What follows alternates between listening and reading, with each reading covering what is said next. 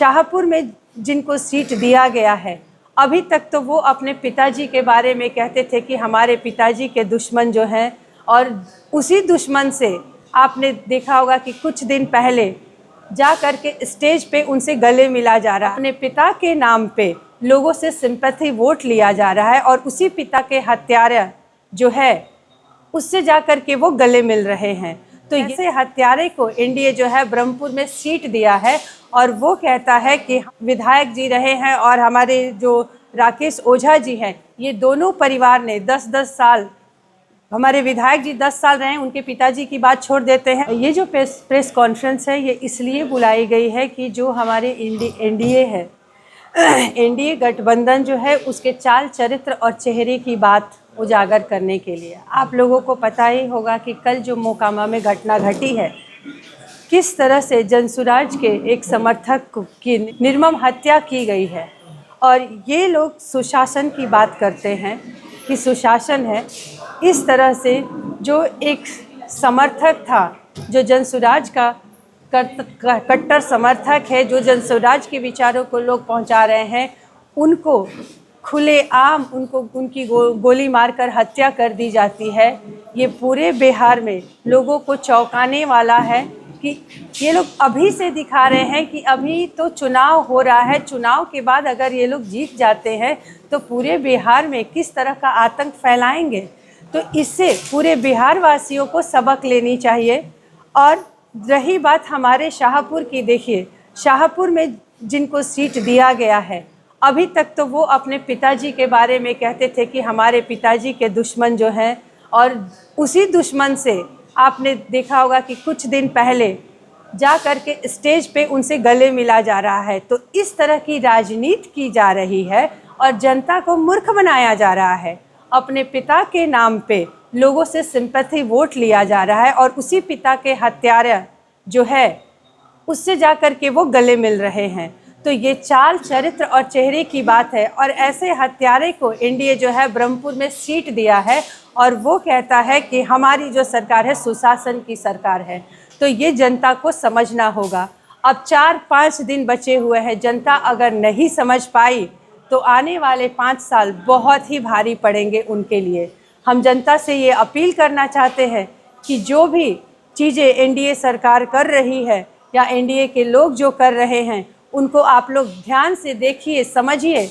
यहाँ पे जो सरकार में हमारे विधायक जी रहे हैं और हमारे जो राकेश ओझा जी हैं, ये दोनों परिवार ने 10-10 साल, हमारे विधायक जी 10 साल रहे, उनके पिताजी की बात छोड़ देते हैं, और राकेश ओझा जी भी, उनके परिवार भी 10 साल रहे हैं। पूरी जनता ने उनके शासन को देखा है, उनके काल को देखा है 10-10 साल।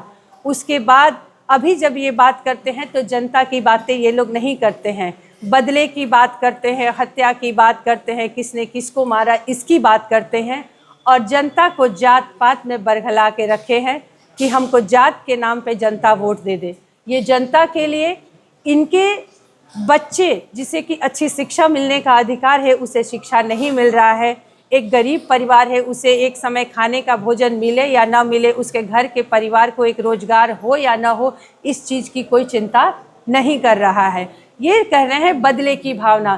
तो जनता को ये बात समझना होगा कि आने वाले दिनों में जब ये अभी चुनावी माहौल में ऐसी बात कर रहे हैं तो जीत जाएंगे, अगर आ जाते हैं सत्ता में तो वो क्या करेंगे।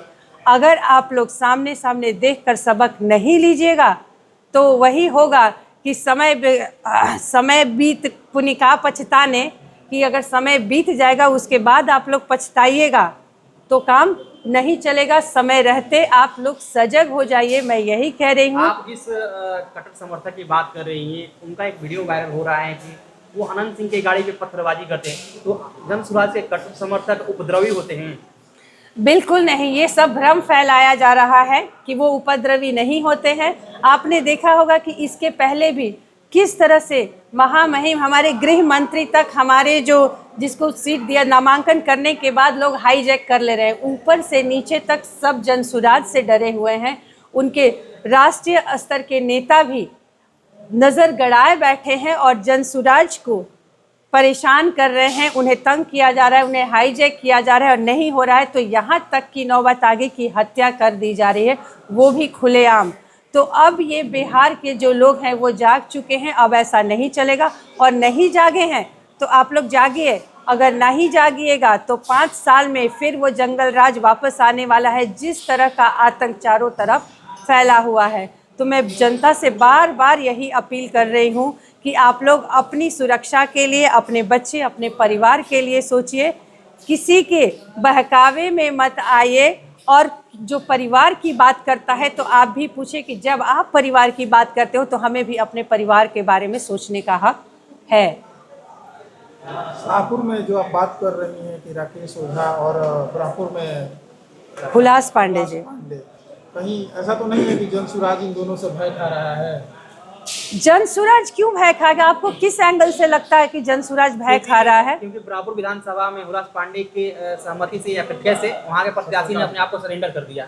बिल्कुल ऐसी बात नहीं है, यहाँ तो जनसुराज से लोग भय खा रहे हैं। तभी आप देखिए कि सारे दिग्गज नेता जो है वो केंद्र के हों या राज्य के हों, वो सब लोग काहे शाहपुर में ही आ रहे हैं? ये भी तो आप सवाल पूछिए उनसे। ऐसी क्या बन पड़ी कि सारे लोग, योगी जी जैसे नेता वो यहाँ पे आ रहे हैं, केंद्रीय मंत्री यहाँ पे आ रहे हैं, बड़े बड़े स्टार्स को लाया जा रहा है, और वो सिर्फ शाहपुर में क्यों? तो आप कहें या ना कहें, जनता को ये बात समझ में आ रही है कि ये लोग डरे हुए हैं, इन्हें भय है। प्रमोट करने के लिए बड़े बड़े दिग्गज नेताओं को यहाँ पे उतारा जा रहा है। सुनने में आ रहा है कि प्रशांत किशोर भी आ रहे हैं। बिल्कुल, प्रशांत किशोर जी आ रहे हैं यहाँ पे। उनकी जो सभा तो नहीं है, उनका अपना रोड शो होने वाला है, क्योंकि अभी समय बहुत कम बचा है और काफ़ी जगहों का उनको दौरा करना है, इसलिए वो अब हर जगह रोड शो कर रहे हैं। तो 4 तारीख को वो यहाँ भी आ रहे हैं रोड शो करने के लिए। कितने बजे से उनका रोड शो होगा 4 तारीख को? अभी समय तय नहीं हुआ है, जैसे ही समय तय हो जाता है और पूरा रूट तय हो जाता है आप लोगों को बता दिया जाएगा। लेकिन मैं बार बार फिर जनता से यही कहूँगी कि आप लोग सही लोग को चुनिए। प्रशांत जी कहते हैं कि सही आदमी चुनिए, चाहे वो किसी भी पार्टी का हो, क्योंकि समाज बदलना चाहिए, बिहार बदलना चाहिए। राजनीति अब ऐसा नहीं कि पहले जिस तरह की राजनीति चलती आई है वही परिपाटी अब भी चलेगी। राजनीति अब बदलेगा। अब राजनीति शिक्षित लोगों के लिए होगा, सुरक्षित समाज बनेगा उसके लिए होगा। और आप लोग सुरक्षित समाज, सुरक्षित परिवार, शिक्षा और रोजगार के लिए आप लोग वोट करिए, अपने लिए वोट करिए, अपनी सुरक्षा के लिए और अपनी खुशहाली के लिए वोट कीजिए। मैं बार बार यहाँ की जनता से यही विनती करूँगी। एनडीए के नेताओं का कहना है कि बिहार में सुशासन की सरकार है कि प्रशांत किशोर बिना सुरक्षा के पूरे बिहार में धमाका कर रहे हैं। नहीं, ये प्रशांत किशोर की ऐसी ताकत है, प्रशांत किशोर के अंदर इतना आत्मविश्वास है कि वो बिना सुरक्षा का घूमते हैं। आप शाहपुर के ले लीजिए ना, यहाँ के नेता 4-4 बॉडीगार्ड लेकर चलते हैं, वहीं हमें ले लीजिए, हम तो कोई सुरक्षा लेकर नहीं चल रहे हैं। हमको कभी देखा है सुरक्षा लेकर चलते हुए? तो ये है कि भय किसको है और किसको इतना आत्मविश्वास है कि भाई हम आए हैं, हम अपने गृह में हैं, हमारा गृह जिला है, हमारा अपना विधानसभा है, हम ये सब हमारा है, हमारा परिवार है पूरा विधानसभा, तो हम अपने परिवार के बीच सुरक्षा लेकर क्यों जाएंगे? कोई अपने परिवार के बीच इतना भी क्या विश्वास नहीं है कि हम खुलेआम जाकर के जनता से मिल सके? तो ये साबित इसलिए प्रशांत जी को देखिए कि पूरा बिहार वो बिना सुरक्षा गार्ड का घूमते हैं और लोग यहाँ पे एक मुखिया बन जाते हैं, वो भी गार्ड लेकर के चलते हैं। तो बात है कि लोगों में कितना कॉन्फिडेंस, हम किस आत्मविश्वास के साथ, क्योंकि अगर हम गलत नहीं है तो हमको किसी से भय नहीं है, ये चीज़ साबित करता है। प्रशांत किशोर गलत नहीं है तो खुलेआम घूमते हैं, हमने कोई गलती नहीं करी है, हमने सबके लिए अच्छे के लिए काम किया है, तो हम सीना तान के हम लोग चलते हैं और खुलेआम शाहपुर में घूमते हैं। कौन क्या कर लेगा भाई? सबका अपना घर है, शाहपुर हमारा अपना घर है, अपना परिवार है और अपने परिवार में सुरक्षा की कोई ज़रूरत नहीं है। कल भोजपुरी के पावर स्टार पवन सिंह का भी रोड शो प्रयास लगाया जा रहा है कि उनका भी होने वाला है शाहपुर विधानसभा में, वो कितने वोटरों को तोड़ पाएंगे जनसुराज के? देखिए, ये तो मुझे लग रहा है कि ये कार्यक्रम जो है वो रद्द हो चुका है। और रही बात कोई भी स्टार को बुलाने की, तो स्टार्स के लोग उनकी कला का आदर करते हैं। इसका मतलब ये नहीं है कि अगर वो उनके गायकी को पसंद करते हैं तो उनके आने से लोग वोट दे देंगे एनडीए को। ये भ्रम है।